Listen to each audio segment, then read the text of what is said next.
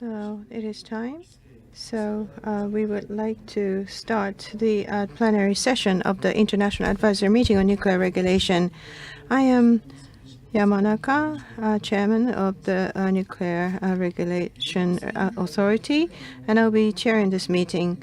The Nuclear Regulation Authority has been holding annual meetings with overseas experts with extensive experience in the field of nuclear regulation who have been appointed as international advisors on nuclear regulation in order to obtain their advice on issues related to nuclear regulation. The last meeting was held in November 2023. Today, I would like to introduce the international advisors on nuclear regulation who are attending the meeting. Mr. Richard Meserve is a former chairman of the U.S. Nuclear Regulatory Commission. Ms. Dana Dravova is the Director General of the Czech Republic's Nuclear Regulatory Authority, the SUJB. Ms. Dravova was awarded the Order of the Rising Sun, Gold and Silver Star this autumn for her contribution to strengthening relations between Japan and the Czech Republic in the field of nuclear energy. And I would like to offer my heartfelt congratulations. Mr. Philippe Jamet is a former member of the French ASN. Ms. Lumi Nita Vesey was the chairperson of the Canadian Nuclear Safety Commission until October last year. Now, this meeting today, there are two topics. The first is utilization of risk information, and the second is the securing and the developing human resources for the nuclear regulation. We have distributed discussion notes, but the content of these notes is not limited to the items listed here. Then, let's start the discussion with the first topic, utilization of risk information. I think this is a valuable opportunity for the international advisors to understand the current situation regarding the utilization of risk information in Japan and to provide advice on how to further utilize risk information. So I would like us to have an open discussion. Now I would like to hear the opinions of the advisors.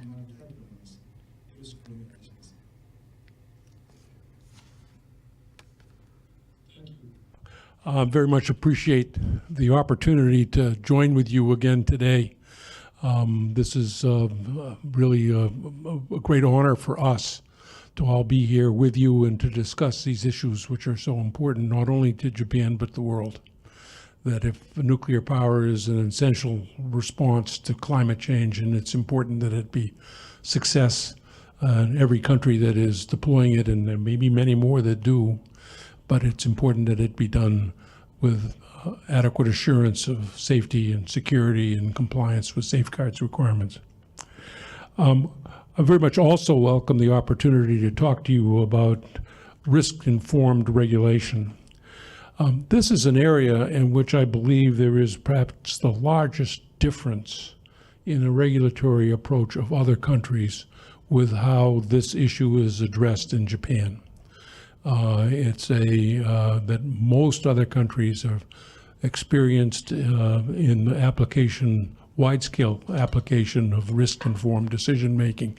And Japan is doing it in with regard to the inspection program, and I think in the evaluation of some of the severe accident issues, but is not using it as a foundation of its regulatory program. And in that respect, you differ from the rest of the world.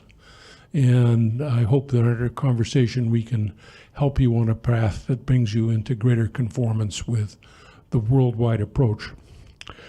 Before the meeting, I have provided you with a copy of a policy statement that was issued by the U.S. NRC in 1995. So nearly 30 years ago, the NRC, Nuclear Regulatory Commission, had provided guidance on this issue. And it established a commitment to encourage the use of PRAs and expand the scope of their applications, and I'm quoting, in all nuclear regulatory matters. Of course, that has to be limited to the extent that it was allowed by the state of the art in terms of the methods and data that are available. So it's not necessarily the case when we first started that we had the ability to use it in many areas. But of course, there's now been 30 years of experience, and so there has been much wider application across a variety of regulatory programs in other countries that now rely on PRAs. Now, let me emphasize at the beginning that this does not involve throwing out the approach that you and the rest of the world also uses about having deterministic analyses in order to determine the safety capacity of nuclear plants. The idea is to use probabilistic techniques to determine areas in which there is significant risk and to be able to deal with them. If you are able to perform a PRA, an effective PRA, you can focus your regulatory activities on matters that are most important to safety. And you can set the priorities to make sure that you're paying attention to the things that are important for safety. And it turns out that there are a wide number of areas in which the application of PRAs has revealed issues associated with existing regulations that they needed to be beefed up and able to, in order to enable the adequate response. That includes such things as some technical areas like station blackout where all the power is lost, fire protection issues. It turns out that their existing deterministic analyses might not reveal the areas where there are significant risks from fires and would not devote attention to areas where there are risks. And so that there's a trade-off of back and forth that risk enables you to provide so that you dealing with the risk more uniformly. And there are things like specialized treatment requirements or the special requirements for equipment. It turns out that there is some safety equipment that ends up, the PRA shows, is not all that important in terms of risk, but there is non-safety equipment that is not subject to the deterministic special treatment requirements that is safety important and that a greater attention should be applied to. So it can be both relaxing requirements where they're not needed and increasing them where they are needed. So I just mentioned this as just a few areas in which there is the application of PRAs has enabled the strengthening of regulatory programs in order to deal with important problems. Let me say it also, as I've indicated, that not only does it tell you what things are important for safety, but it also can justify the elimination of requirements which either do not substantially reduce overall risk or that result in excessive costs that are unnecessary and mean that you're devoting resources in areas that the money could be, the effort could be better spent on other areas. So the application of probabilistic analyses is a double-edged sword. There's some areas where it shows a necessity to greatly increase your regulatory profile.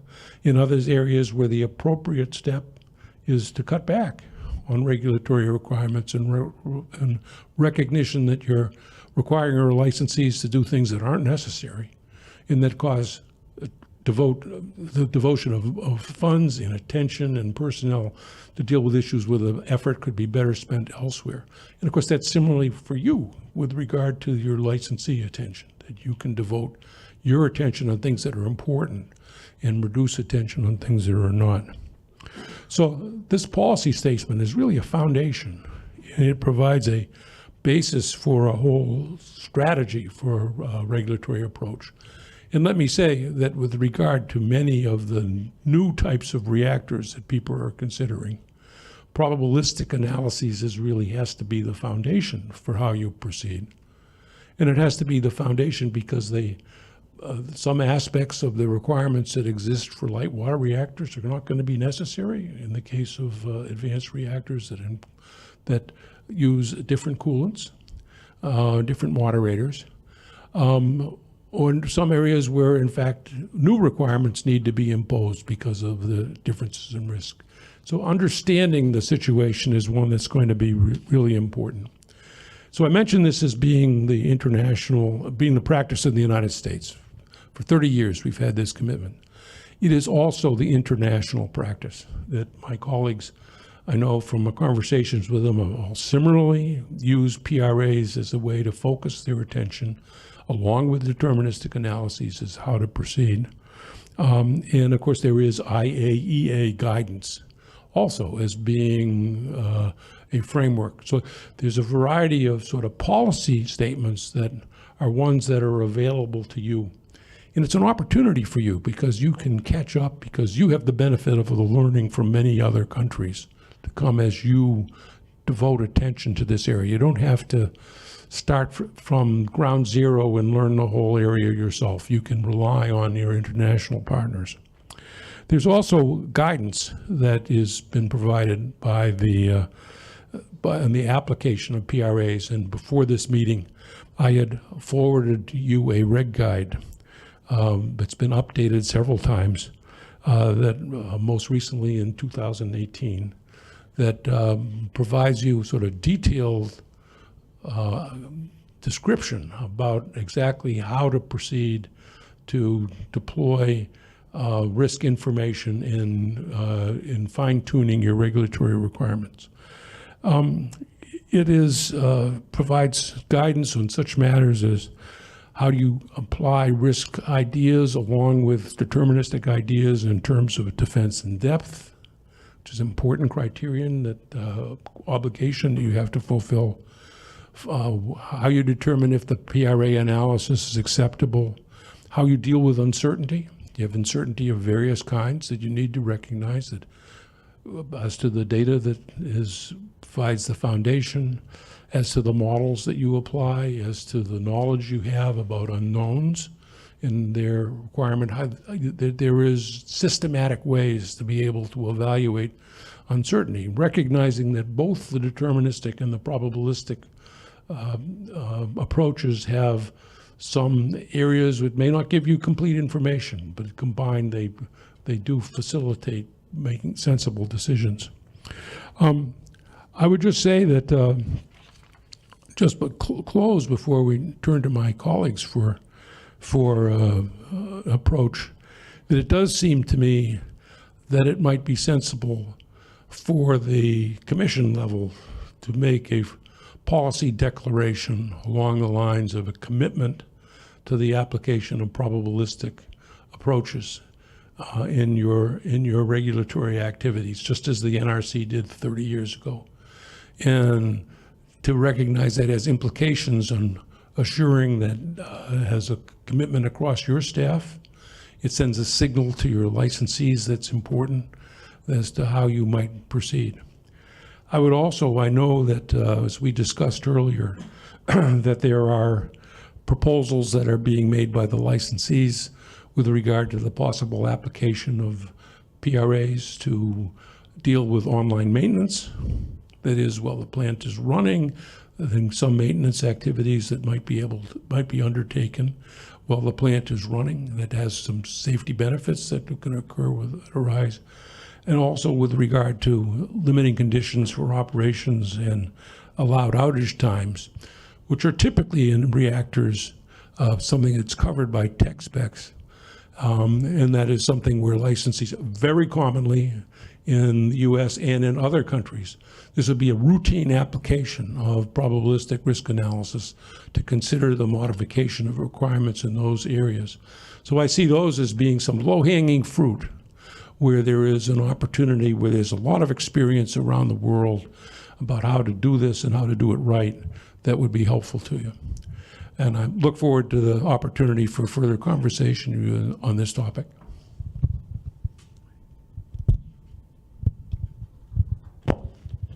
Thank you very much. Let me first say that it's an honor and a pleasure to be with you again to discuss very interesting and very important subject. First thing is that in France, we have a document that is similar to the one that was mentioned by Richard Meserve. It's called the Fundamental Safety Rules on PSA, and it was published in 2002. So it took us a few years to catch up with our friends from the US.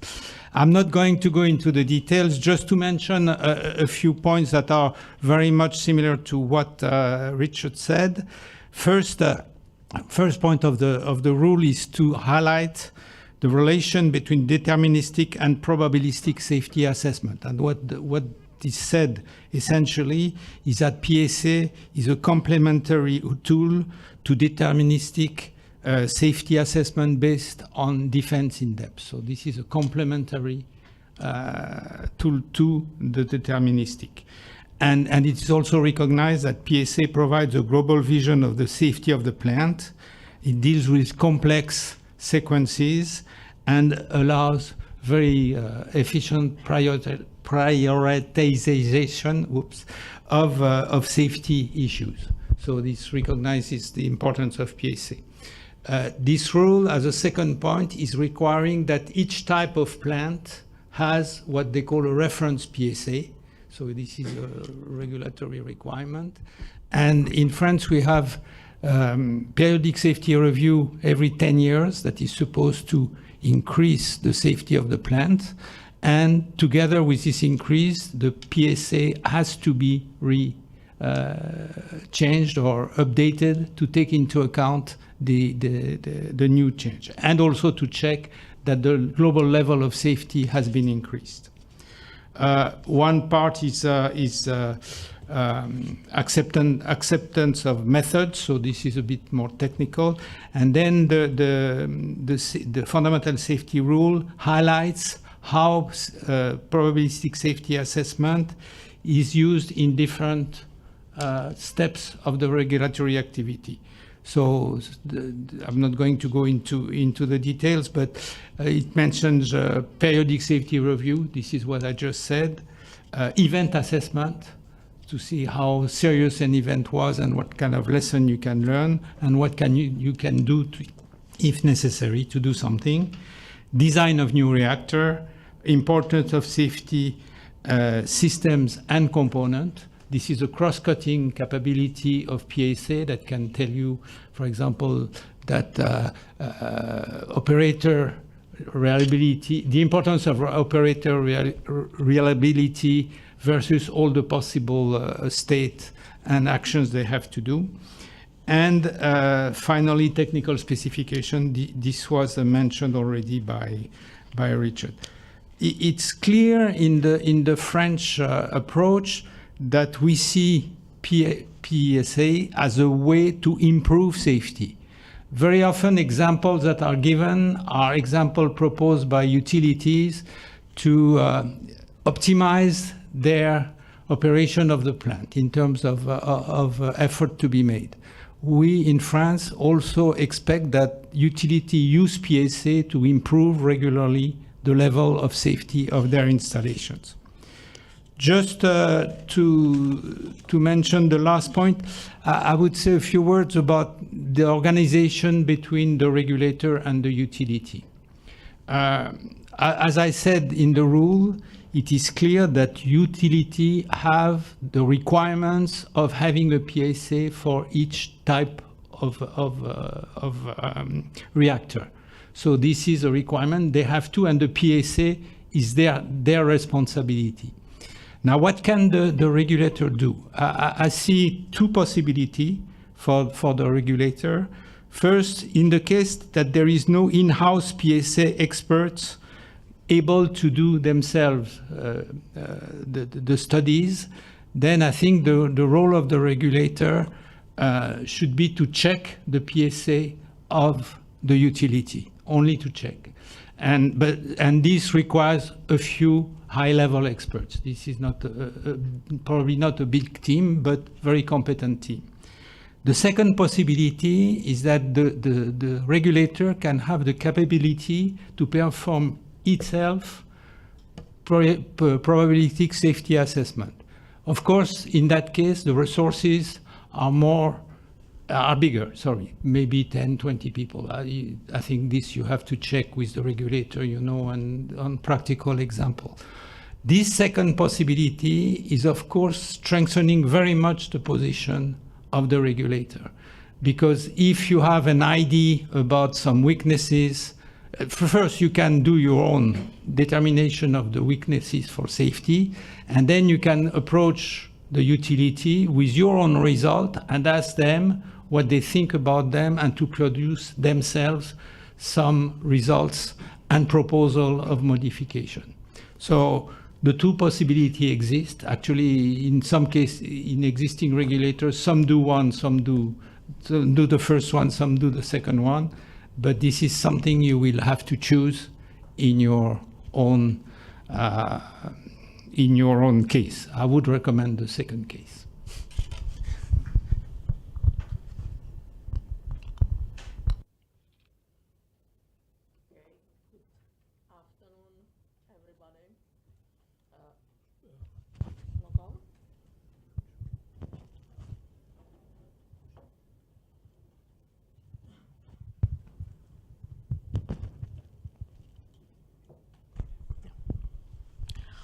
So, second service. First of all, I would like to express my immense honor to be awarded by His Majesty Emperor last Wednesday with the Order of Rising Sun. It's really unexpected even for me, appreciations of the Czech-Japanese cooperation in the field, not only nuclear safety, but other areas like radiation protection and so on. Going to our first topic. Let me describe you a little bit the situation with the Czech Republic. The requirement to licensee to carry out probabilistic analysis level 1, level 2 was formally introduced to Czech regulatory framework only in 2016.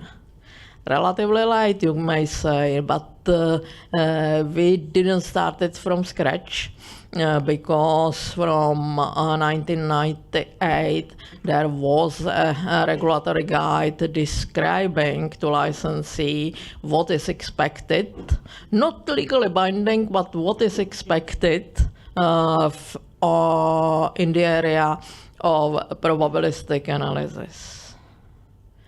The regulatory approach in the Czech Republic is deterministic, but we use more and more probabilistic assessment as a very powerful tool in maybe 2 or 3 areas. The first area is that the regulatory staff using the probabilistic analysis can get a better understanding of the plant systems, structures, components, and their importance to safety.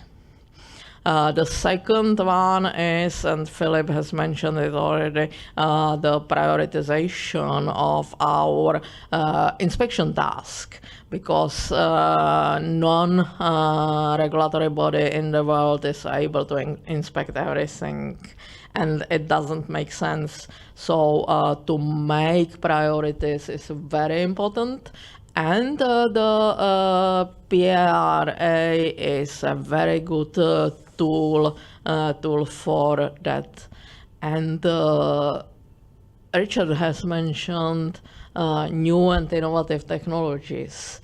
With new and innovative technologies, there will be and already is more and more pressure from the part of industry, but also governments to regulatory bodies to be more effective, to make the licensing processes smoother and more streamlined and so on. And in this area, the importance of so-called graded approach is more and more visible, and to use a graded approach.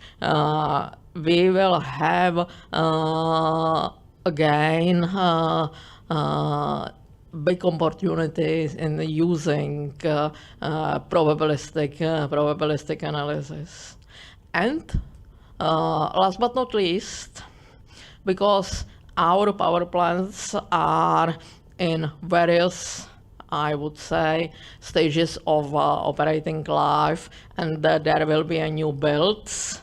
More and more we will face the request from the licensees for some exemptions from existing regulatory framework, because the regulatory framework is not be so flexible to reflect all developments in technology. So again, to assess the justification of exemption for this, also probabilistic analysis can be used. I would like to mention that we started with one in-house high-level expert on PIR inside the staff of Czech regulatory body, and the rest of activities needed in first stage to assess what licensee delivered to us was given to a group of, if I remember well, 6 experts in our technical support organization. Now this group in technical support organizations is composed of 10 people. And we have 3 in-house experts, but it took mostly 10 years to get to this staff numbers. And the last remark I would like to make is that when we are speaking about probabilistic analysis, we speak mostly about level 1 and level 2, but during our morning discussion, we touched the need and there were some questions for discussion from the part of our Japanese colleagues, also what concerns PSA or PRA level 3, that means the assessment of consequences of severe accident and the need for countermeasures and the decisions on countermeasures. Here I must admit that the Czech Republic is on the very beginning of the way, but we would be happy to share the experience with our Japanese colleagues. Thank you.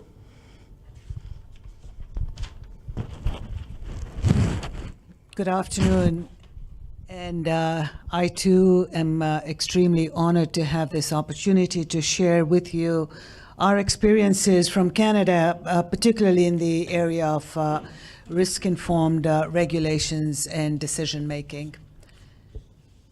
The primary role of regulators is to protect the public from risk, and probabilistic risk assessment is a very critical tool in helping us do so.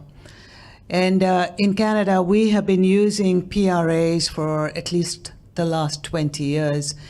And very similar to what my colleagues have said, we follow pretty much the same path. We have documented our regulatory expectations in our regulatory document on regulatory fundamentals, and its structure is very similar to what the US NRC has done. I think we've all followed what the US NRC led and have shamelessly borrowed and stolen from that, which is exactly what my recommendation to you would be. There's no need to reinvent it.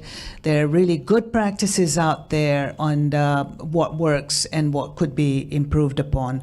And so I'm not going to repeat a lot of all the good things that have been said by my colleagues, but maybe highlight to you some of the areas we have used PRAs in Canada. As we have looked at extending the lives of our existing fleet of nuclear power plants, PRAs has allowed the regulator to focus modifications in those areas that can result in the greatest improvement to safety. And so it's an optimization of resources, but keeping in mind our primary objective of enhancing safety. It has also allowed us to provide conditional approvals when all information is not available at a given moment in time.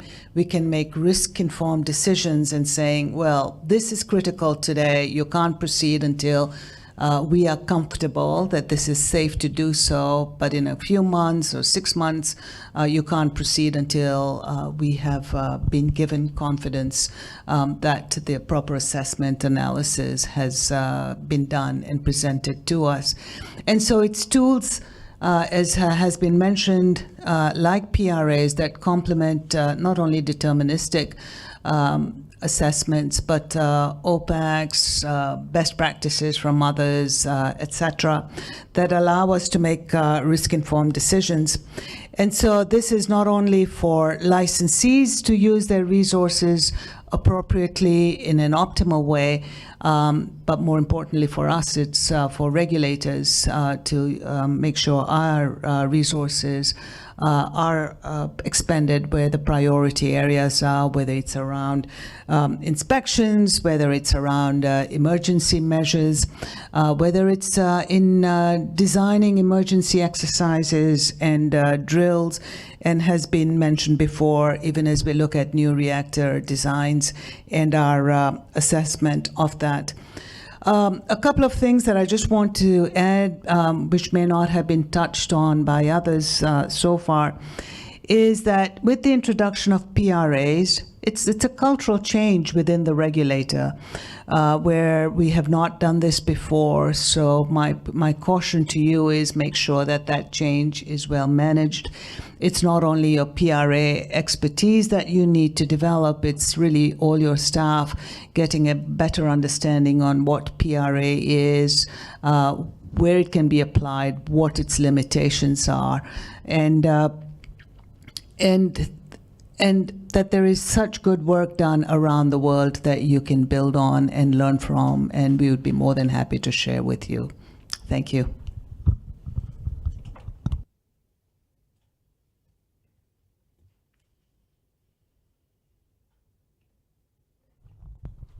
Thank you very much.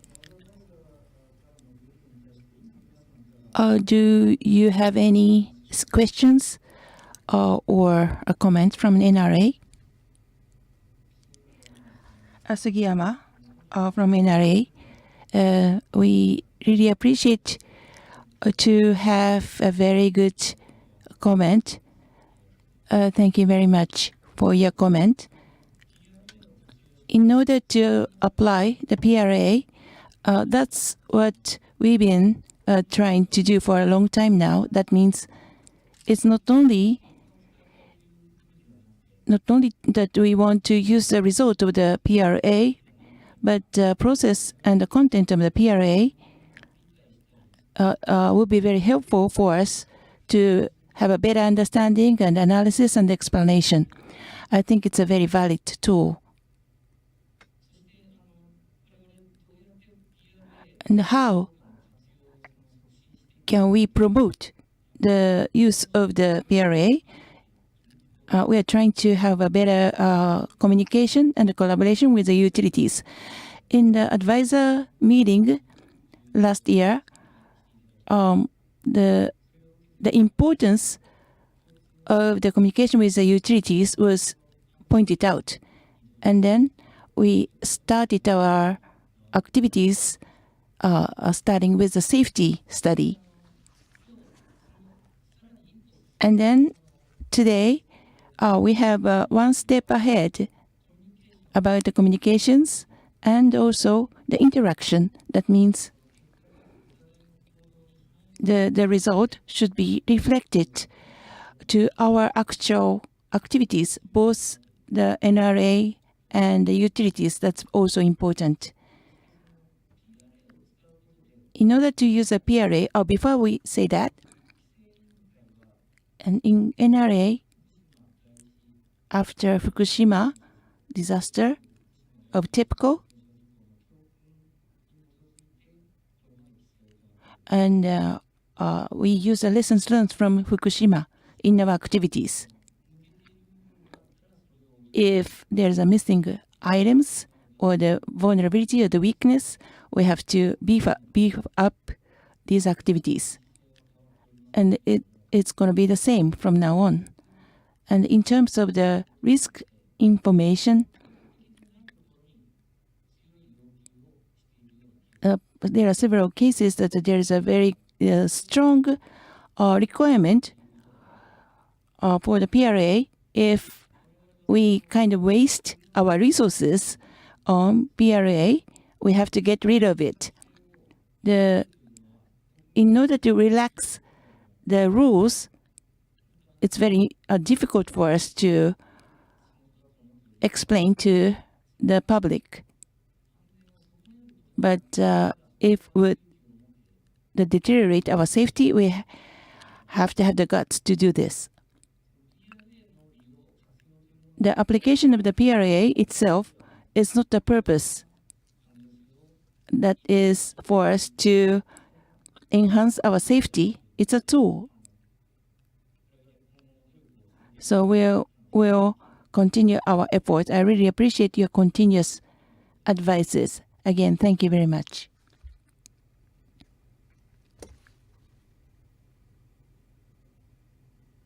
I very much, is this on? Yes. I very much appreciate your comment, because I think for the application of PRA to be effective, there has to be reasonably extensive interaction by the people with PRA knowledge within the agency with the licensees. Now, I recognize that it's important to be transparent. So the nature of those engagements, the substance of those engagements, are things that the general public needs to be aware of what's going on. Now, with regard to many applications of PRAs, it's going to be the licensee will come forward and say there's a technical specification here which we think is needless, is too strenuous, and results in our focusing our attention and you focusing your regulatory activities attention on an issue that is of low priority from a safety perspective. And we would enhance safety if we were to relax our requirement in that area in recognition that then there's a capacity to then put attention from both the regulator side and the licensee side on other issues. And that may happen on some of these issues for which the licensee seeks an exemption, justifying it with a PRA. I mentioned the so-called special treatment requirements, which are basically what things are important for safety, what kind of performance are they required to have, how often do you have to inspect them to assure that they have that performance, the whole series of requirements that come forward. And it may well be that there is some, and this has certainly been true in the United States, that there are some pieces of equipment that get a lot of attention that don't need it from a risk point of view, where there are others that need and should have much more attention than they get. So it's a double-edged sword. It's not just all one way or all the other. It's something that helps you both on making sure that priorities are set in an appropriate way.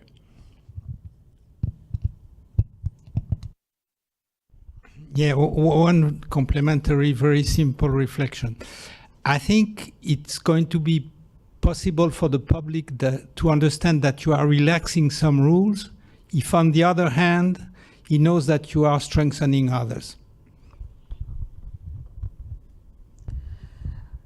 And maybe I can share some other experience from Canada around transparency and PRAs.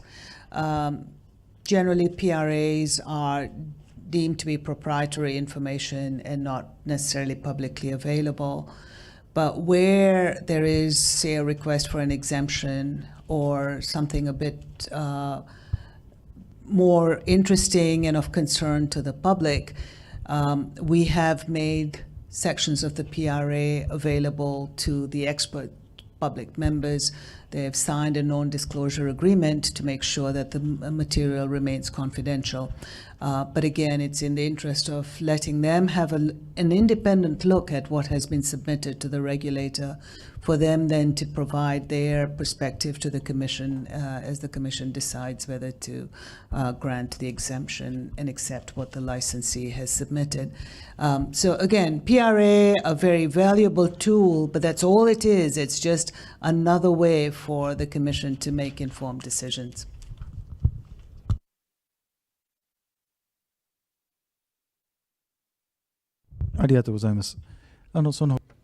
Thank you. Thank you very much for your valuable comment. Again, we discussed in the closed session in the morning. We had a very good discussion, and I thought that a PRA is a consolidation of the information that we have to visualize it. It's a very good tool to do that. We have many different information, and we consolidate them, and based on the status of the plant, to identify where the focus point, where are the vulnerabilities, where are the wastes. That will become clear with PRA. So that should be the fundamental of the regulatories. That way, between the utilities and the regulatory, we can have a very rigorous, very good discussion. As Mr. Parrish pointed out, the regulations based on the PRA, it's not just we just have to have the PRA experts. It's not that simple. Instead, all the staff and their mindset should be changed, and the utility also have to change their mindset, and also the public understanding as well, so that they understand the effectiveness of the PRA. That's the effort that we have to make. So we have to change everyone's mindset. If you have any advice, please.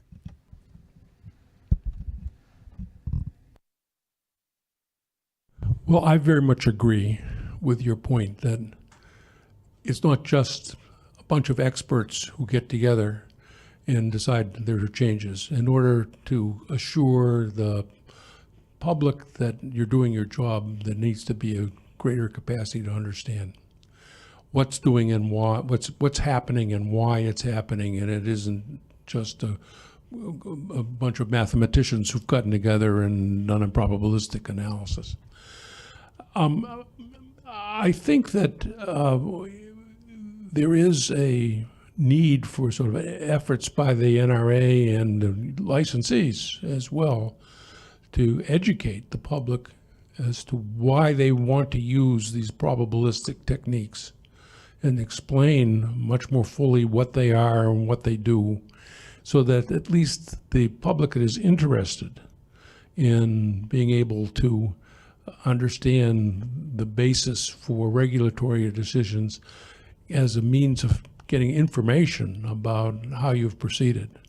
So I think that there is, that this conversation about PRAs has got to extend beyond the regulator and the licensees to include the variety of stakeholders who have an interest in the outcome, and to make sure that there's an understanding that is developed as to how you're doing this, why you're doing it, and why they should be reassured. It's not going to be an easy task, but I very much agree that it is part of the general framework that you need to put in place as you proceed, with a greater emphasis on the application of probabilistic techniques.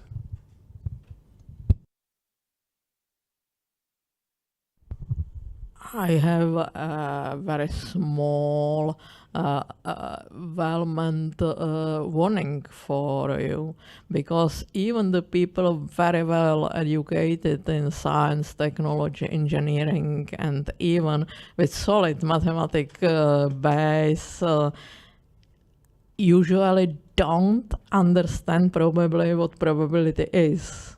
So it's not easy to explain to them. And what about the public? In our case, public hearing something about probability at the very moment stop listening. But keep trying.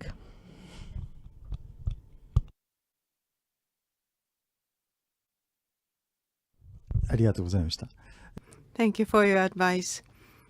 Any other comments?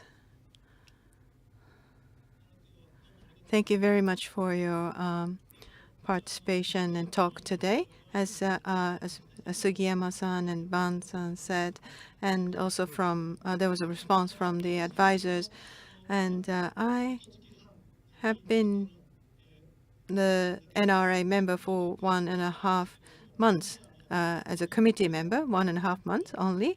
But as far as in Japan is concerned, probabilistic decision making based on the probabilistic analysis, and also securing the experts for the regulators, we are not even at the starting point. As Dr. Mezev said, more than 30 years ago, the United States started to shift or change, and the U.S., Canada, France, and the Czech Republic have been deploying the probabilistic approach, and we are fully knowledgeable that these 4 countries have enhanced the safety and the safety approach. So we know that it works, but so basically having the internal discussion within NRA about the approach is not good enough. We need to really think about what the utilities think, what the public thinks. We need to begin to make more efforts in trying to solicit the understanding of the other stakeholders. We may face some objections. We may face some counter opinions. But then if we lack to or fail to give explanation to gain understanding, or if we fail to make the effort, this will be our betrayal to the Japanese public. So we must make a lot of effort. I lived in Canada for 12 years, and one of the many things that I felt proud about being Japanese abroad is that for the engineering and science level of Japan, and the people outside of the Japan take Japan with respect, with the automobiles and other technology. But there are some areas that Japan is lagging behind in the rest of the world, and we must try to catch up. If something happens again somewhere in the world or in Japan, this is not simply a domestic problem. If there's another nuclear problem happen in Japan, this will be a worldwide issue. So I really wish that our advisors will be rather stringent with the Japanese NRA to give us your input, not only through this annual meeting, but through more regular meetings and the contacts, that if there are any shortfalls on the part of the Japanese NRA, please point them out. Thank you very much for the talk today. And I am in charge of the life hazard, the earthquake, and is now going through a number of probabilistic analysis, and so it's been a month and a bit since I've been involved in the earthquake, the seismic PRA.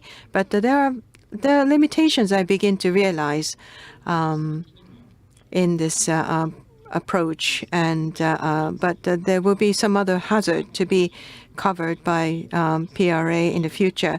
But the hazards are not easy to handle, so I wish to find the opportunities to cooperate with our counterparts and colleagues and the rest of the world with a similar experience in the past to get their input, and that would be very valuable. And there are some hazards that are specific to Japan, and we are wishing to communicate to the rest of the world and share our experience going forward.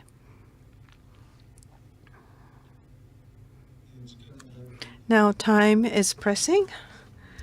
So now, in regards to the first topic, then I would like to summarize. So as far as NRA is concerned, we will need to deepen my discussion with the rest of the committee members about the use of a PRA.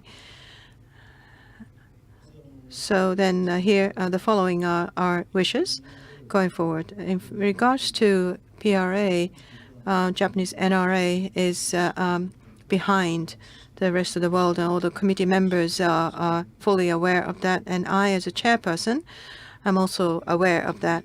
In regards to PRA, going forward, we need to improve upon capabilities and competence, and based on that recognition and based on the advice made by the advisors, we would like to make improvement.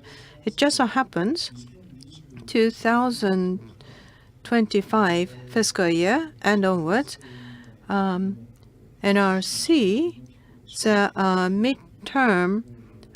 new midterm 5-year plan will start. So we are now in the phase of preparing the new 5-year plan, which will start in April 2025, and this includes the target to improve or promote PRA for improving safety in the nuclear operation. And to that end, we would like to have your cooperation, and utilities and NRA and all the stakeholders will gather together for exchanging opinions, so as we will prepare to introduce the PRA for the practical reduction of risks. And there are some proposals for the replacement of reactors, and this is a case of advanced PWR. And to make that decision, we would like to utilize the PRA, and the Japanese NRA will be sure to adopt PRA to enhance safety of nuclear operation in Japan. And we would like to have your continued support and input. Now, let's move on to the next topic, securing and developing nuclear regulatory human resources. As a measure against climate change, the momentum of the nuclear industry is on the rise worldwide.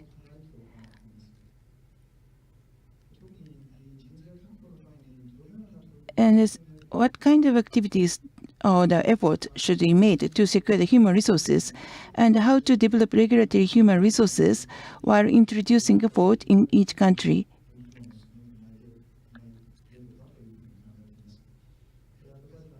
So now I would like to hear the opinion of all of our advisors.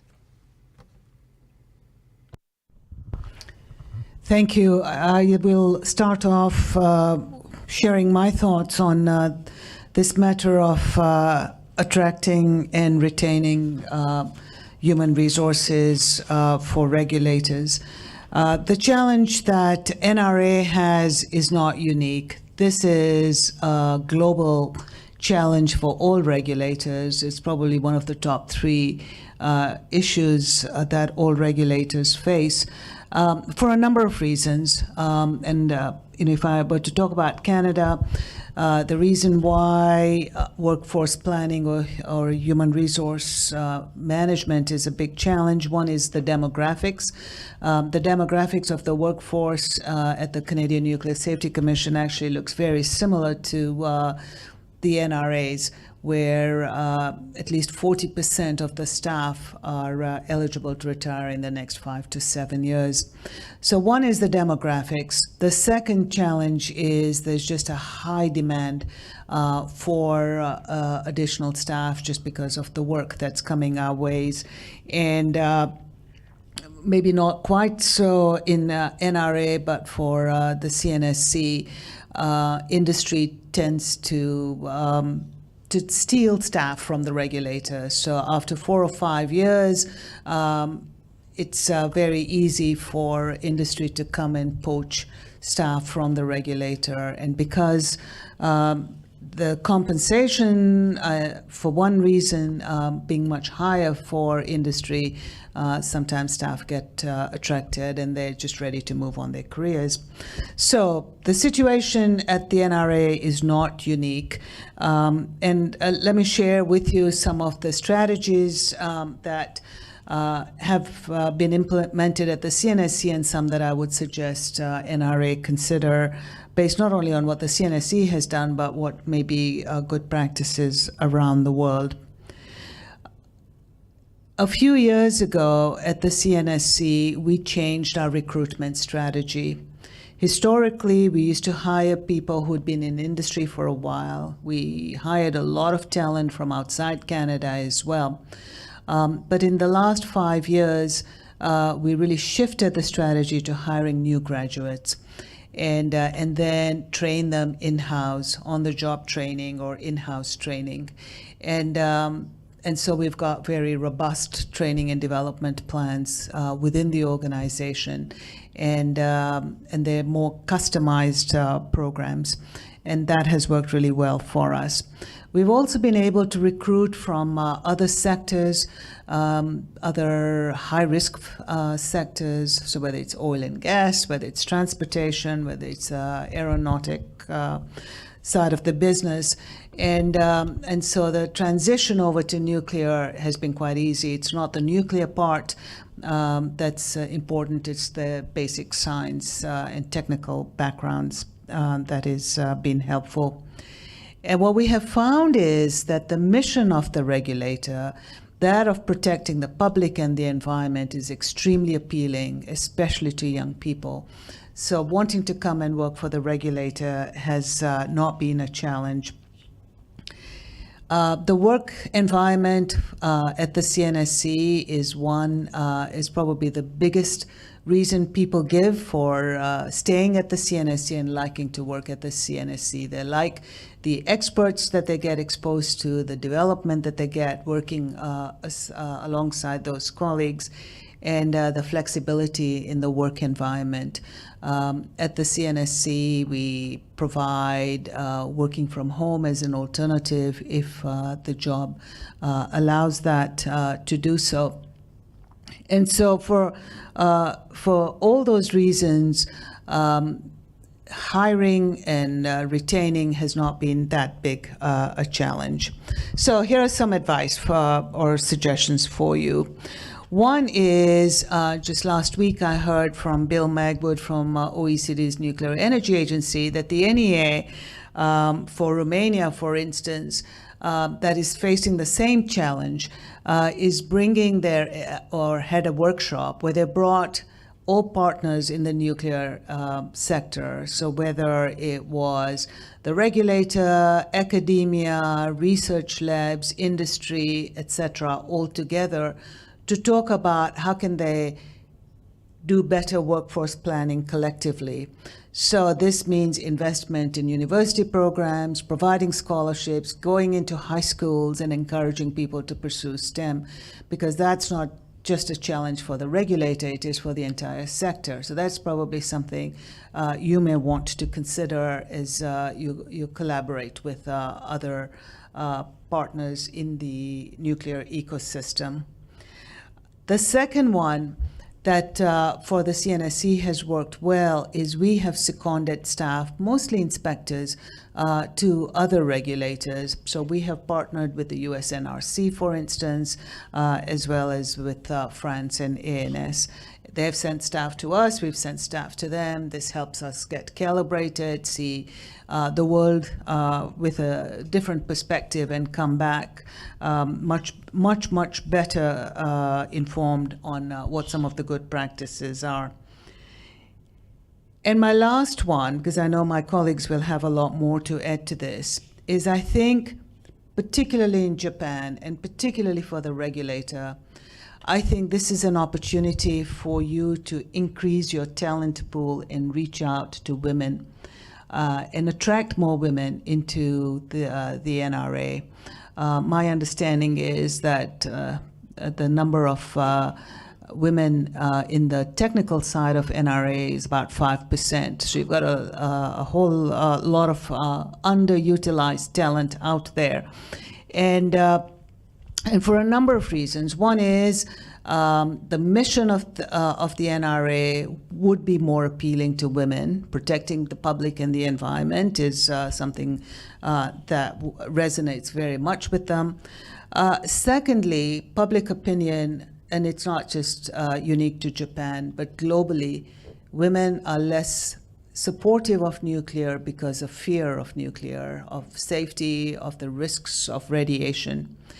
And having women who understand, who can better inform members of the public, I think would be another advantage. So not only are you getting talent in here, but building confidence in the regulator, having objective information go out from the regulator. The messenger is also extremely important. And thirdly, I think it really strengthens the safety culture within the organization when you have different perspectives, and women will bring in a different perspective. So I think you could be a role model for others in the nuclear sector in Japan by bringing in more women in your workforce. And with that, I'll pass it on to my colleague.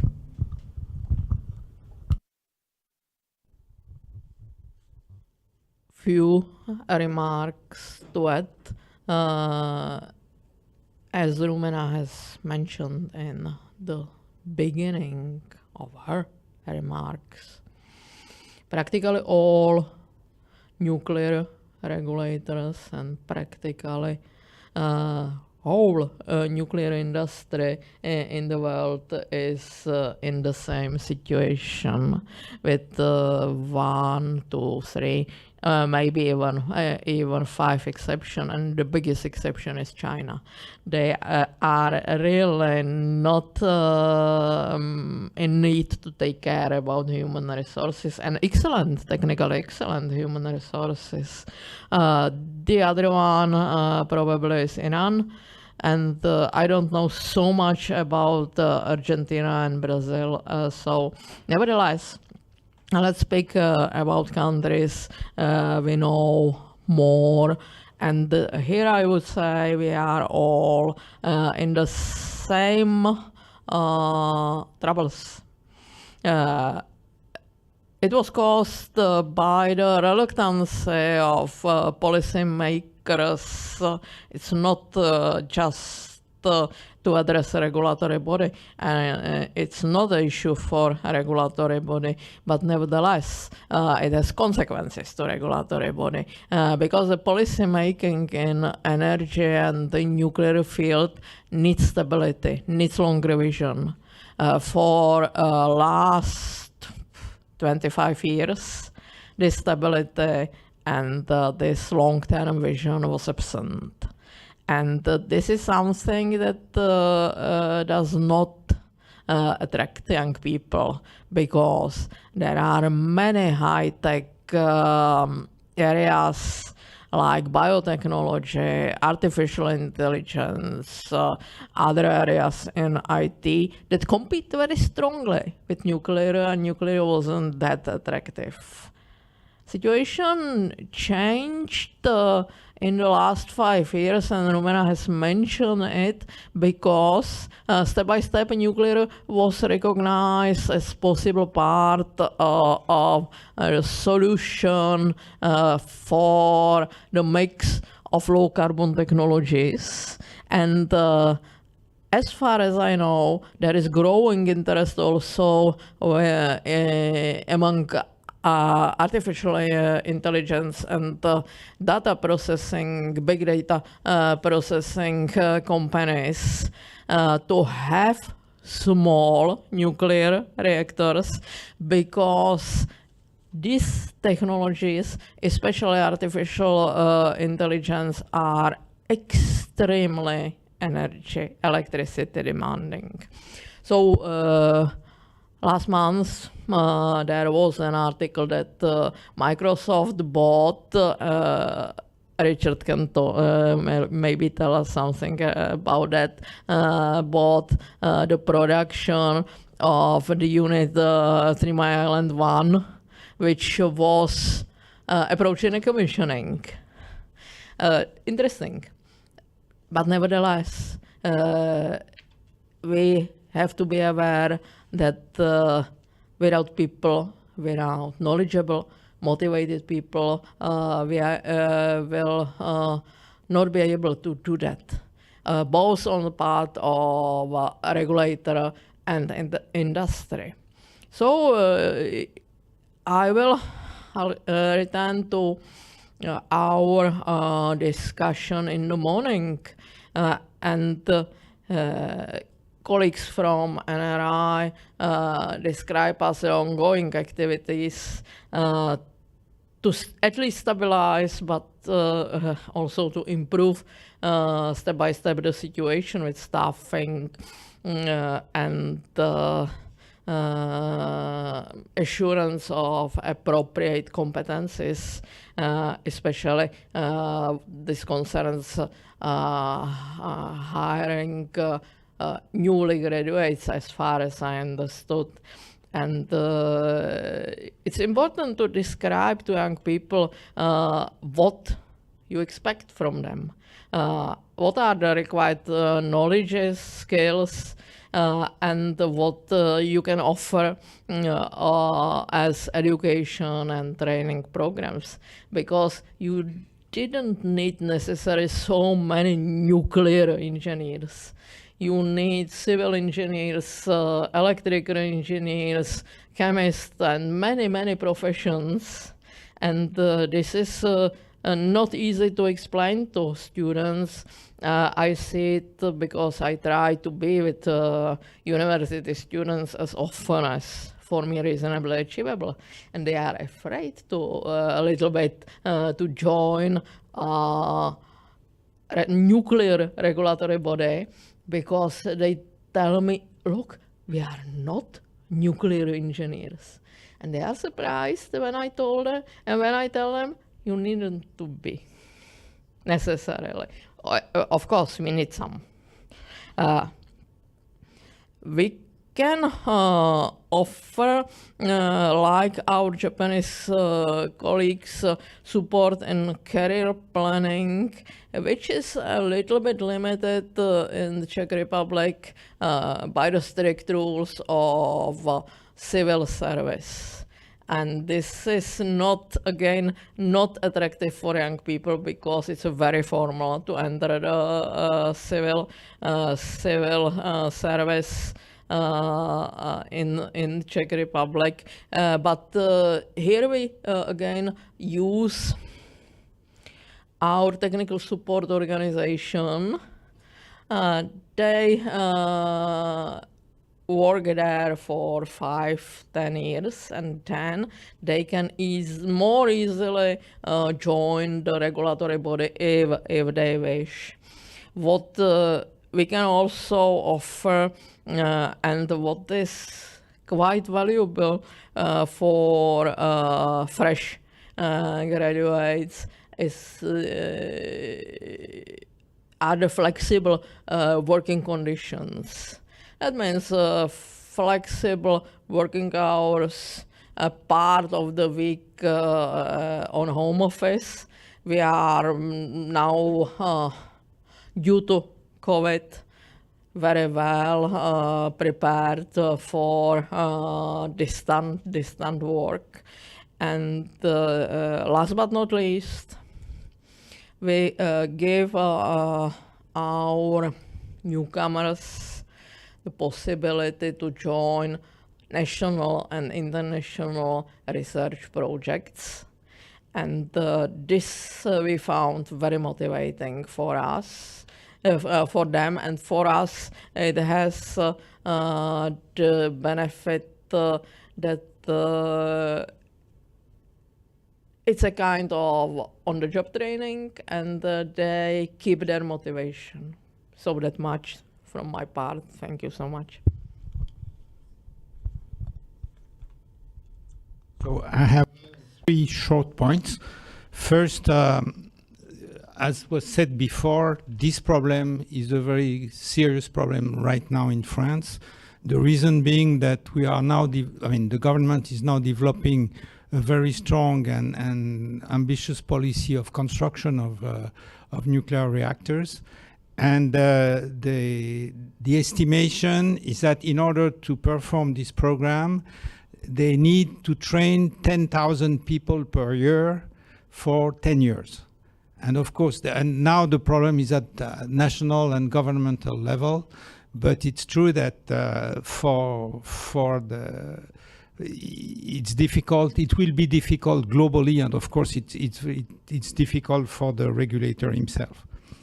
The second point is that I fully agree with Dana that the good points is that protection of people and environment, as well as climate change and the possibility to develop a career with international aspect, are things that are really much attracting young people. So this we can publicize.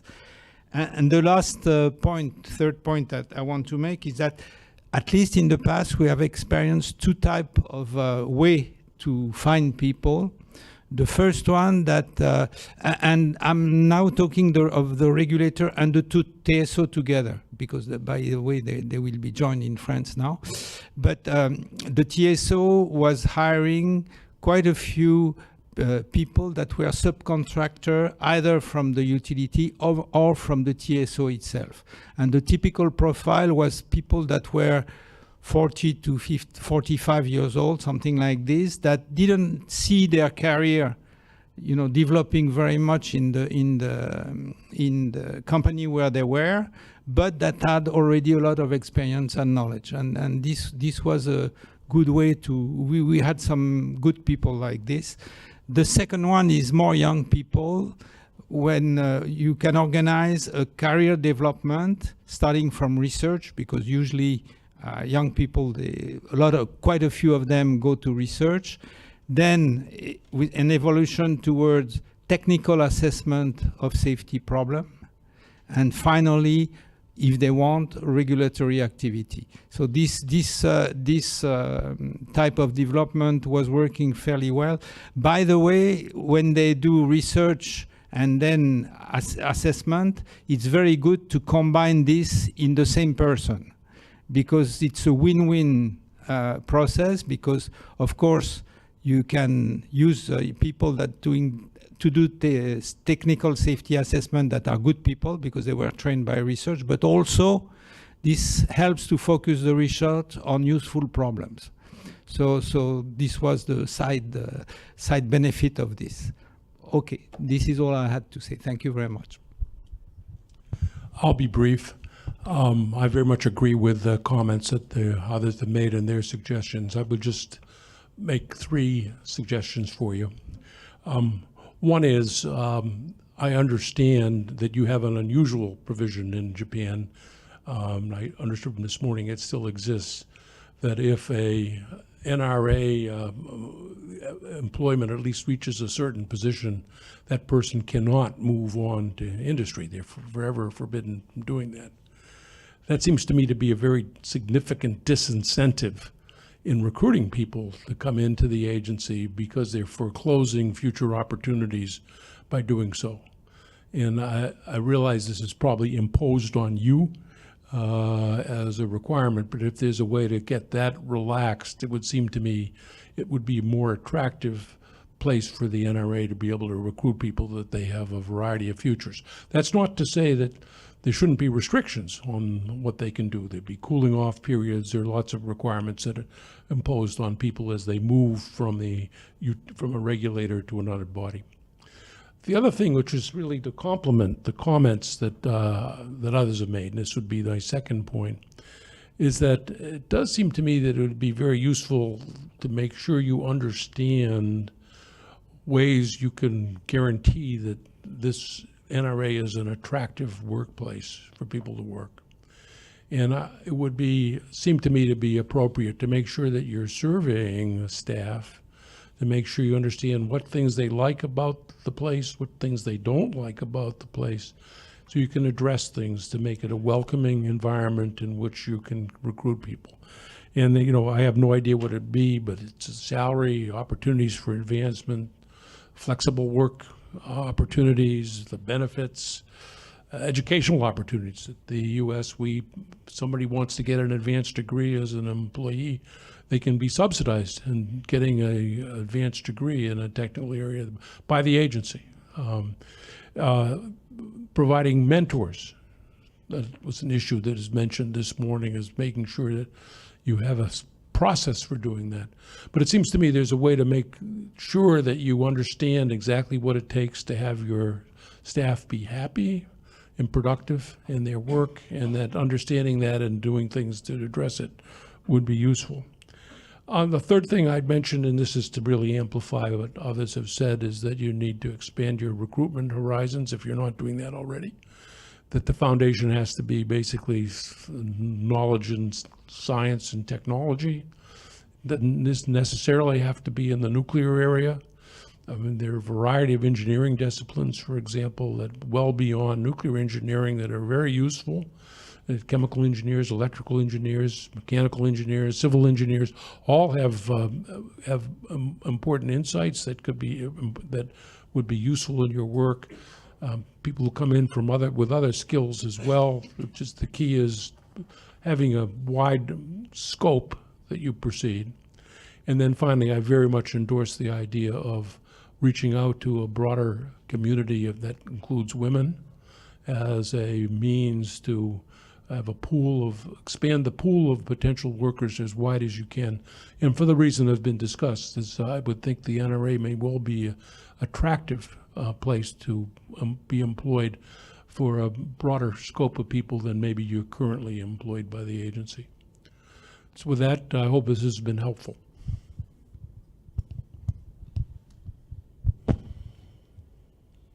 Thank you very much.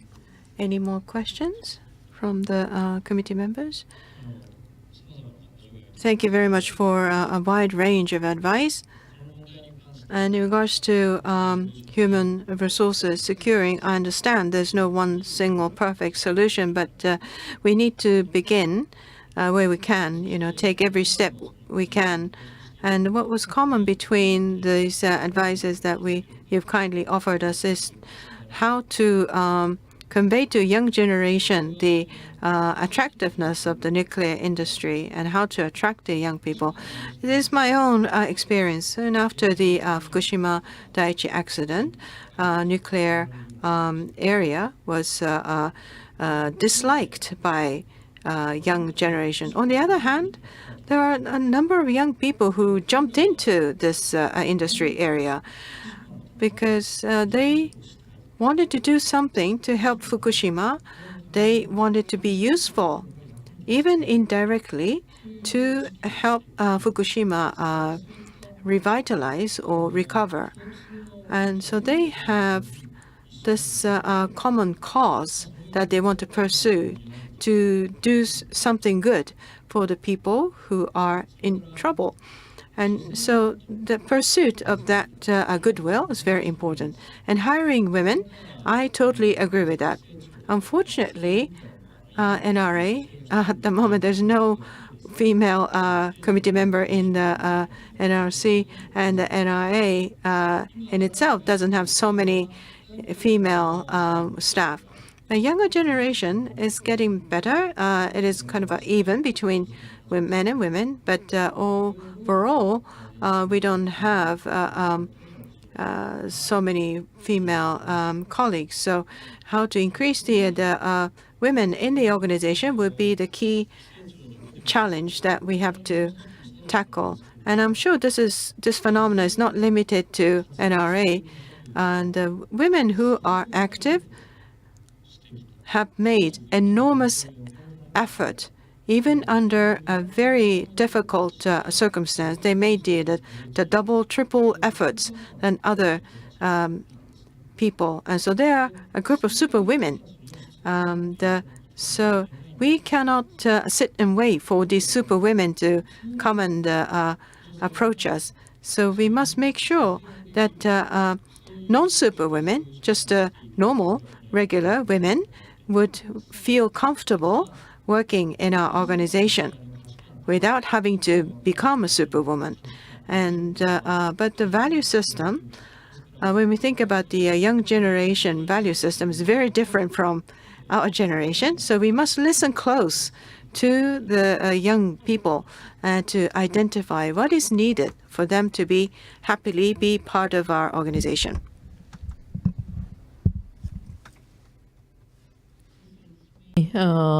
To attempt to share with you the experience we have, just recent experience in Czech Republic. But I do apologize in advance for conservative nuclear regulators. It might be too revolutionary. We or our licensee, our operating organization, was successful in hiring 3 young ladies to perform the task at the control room. That means they nowadays operate a balance of plant system, turbine, and other systems around that. And since that they are young ladies and they are very familiar with social networks, and it has immense reach out that they are able, for instance, on Instagram, to provide short reels to describe what their work is. But it's not easy to change our conservative mindset and to use it. But without social networks, we cannot do in the long run to address young generation.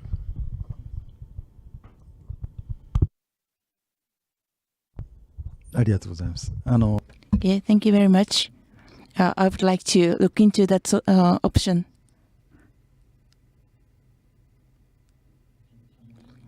Thank you very much for your valuable advices.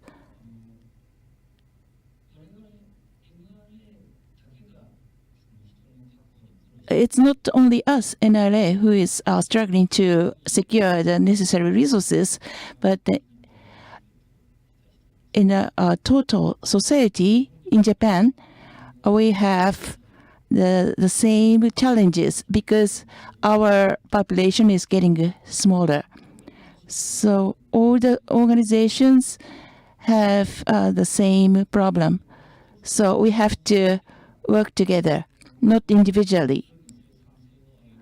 The first, we have to consider to increase the productivity of the each workers, and we're going to make the most of the AI capabilities with a good risk management. So implementation of the AI. And when we look at the entire world, the population is getting bigger. Instead of just looking at Japan, I know it's not easy, but we would like to utilize the international human resources. And based on today's discussion, we have the women as a keyword. In Japan, we are underutilizing female human resources. That means, in other words, we still have unused resources of women. So if we can utilize in a good way, this could be an advantage to Japan. But we have to consider the work-life balance. We have to provide the support. It's not easy, I know, but that will be the secret for us to be successful. We don't have enough resources, and we are really concerned about that. But from the younger generation's viewpoint, they believe they are valuable because they are rare and they're small in numbers. So they are in the selling market. They have their chance in their hands. So I really hope that they would like to look for their futures in a more positive way. Thank you. Thank you very much for your variety of the comments. I was in the university until recently, and we have less science female students. And in the medical school, we have more and more female students, but not in the science areas. So I think we still have a long way to go to fully utilize the female workers in the science areas. That's my interest. There are many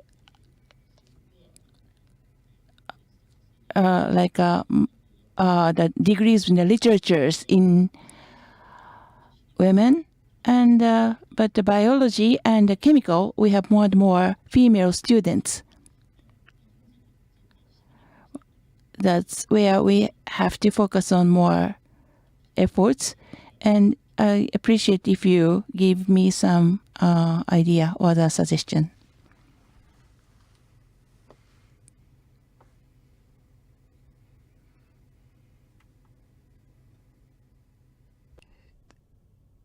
So, the observation that there are more women in the medical program, in biology, that's global. We see that certainly in North America and in Europe as well. It is the math, the physics, the engineering that we see less women in. And I would not attribute that to not being capable. I think it's a lot to do with societal pressures that probably convey the message that that's not an appropriate career for you, not enough role models to say, there's this saying, if I can see her, I can be her. And when there are few women in those roles, they don't aspire to those roles. And I'll be quite frank that surveys that have been done within the nuclear sector, the women there will often report, and the NEA has done a survey around the world, will often report that the work environment is not necessarily conducive to have a long-term career there. And we talked about work-life balance, for instance. And by the way, I've also been corrected that work is also part of life. So we need to come up with a better term than work-life balance. But you know, you get my point in this, that women do have additional responsibilities. Most of the family responsibilities sadly still fall on women. And how do we make sure that the workplace allows that? So it starts off at university where they're not, those other careers which lead to fulfilling jobs and careers are not necessarily promoted. And then it follows through once they start. So not an easy challenge, but one that's well recognized. And I can tell you there are some universities in Canada that have made a lot of progress and others that haven't. And those that have made progress is because they've taken special actions, special interventions, and both in recruitment, in making sure they're role models, in making sure they're reaching out to high school students to attract them to those programs in universities.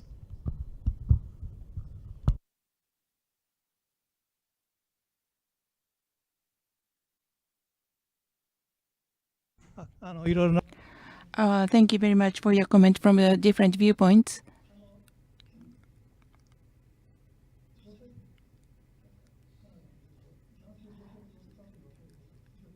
Well, actually, being in Canada, we don't really say men, women, but to have more female workers in our agency, that's what we still have to focus on. And before that,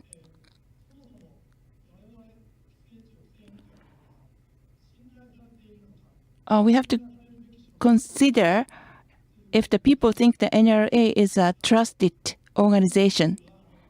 And NLC is a part of the federal organization, and they are appreciated as a good place to work based on the research. And the CNSC, when I was McMaster, not only the student, but also the ESL students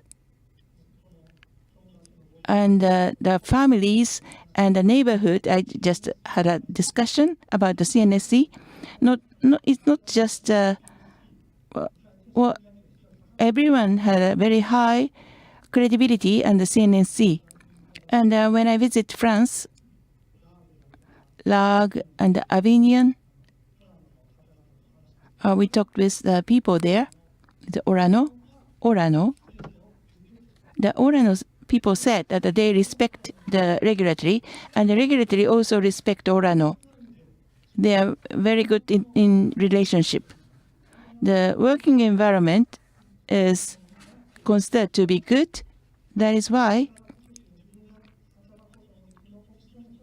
there could be the option for the younger people to choose from. So if the people are 39, we had a survey with the younger people, the age under 39 and under, with researchers. They are not satisfied. And office workers are not satisfied either, based on the survey. And we have to use the survey result to try to improve the work environment. We are going to consider your advices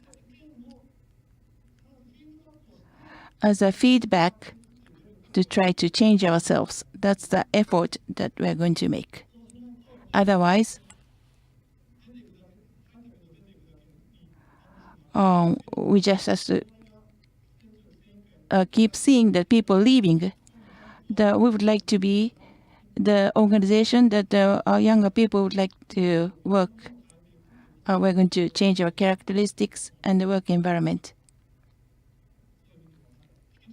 I really appreciate your continuous discussion with you. Thank you.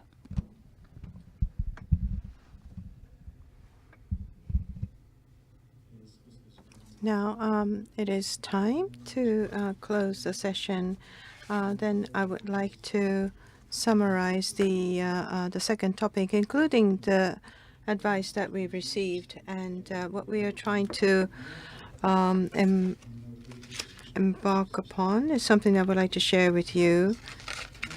And first of all, in Canada, the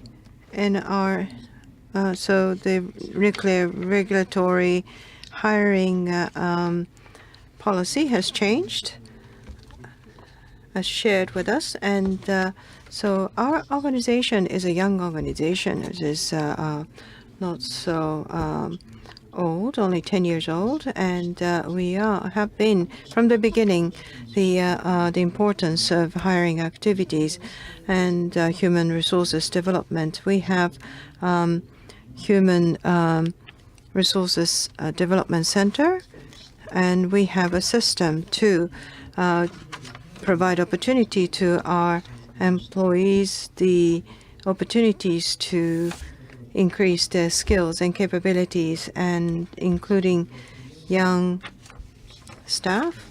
We would like to make further improvements so it will be easier for the young staff to take certificates and license, and also improve their skills, and in particular for the young people work and life balance, and also career development. We would like to indicate to them that in simple to understand manner how they can develop their careers. And we hire about 40 new recruits every year, and 40% of them are female. In regards to diversity, we would like to make more improvement, and our dialogue with the young generation is well underway. And after so there are more young members who've joined us after Fukushima Daiichi accident, and we would like to appreciate their motivation so that their willingness will be fully appreciated in the system. And the ecosystem for hiring is something that the whole industry must think about. And we heard such voices from the advisors a lot, but from the viewpoint of nuclear regulation, for instance, if the people who, for instance, seconded from Ministry of Industry, they have a rule called no return rule, and so they cannot go back to the ministry. So our ecosystem, including the entire nuclear industry, is something that we need to rethink. I myself am aware of that, but it has not been such a long time since the accident at Fukushima Daiichi. Therefore, we would like to gain understanding of the public before we launch new system. So we heard a lot of useful and input. So we're very appreciative. And now, so we are almost coming close. And the first topic was the use of risk information. Second was the securing and developing the human resources for nuclear regulation. And we heard a lot of beneficial opinions and comments, and certainly we would like to reflect them upon our activities. And as I said earlier, since next fiscal year, 2025, there will be a new 5-year program is to be started. So we would like to incorporate your advice fully into that plan. I would like to thank once again to all the advisors to have traveled such long distances out of your busy schedule to give us such precious and useful input. And with this, we would like to conclude the meetings with the NRA meetings with the international advisors. Thank you very much.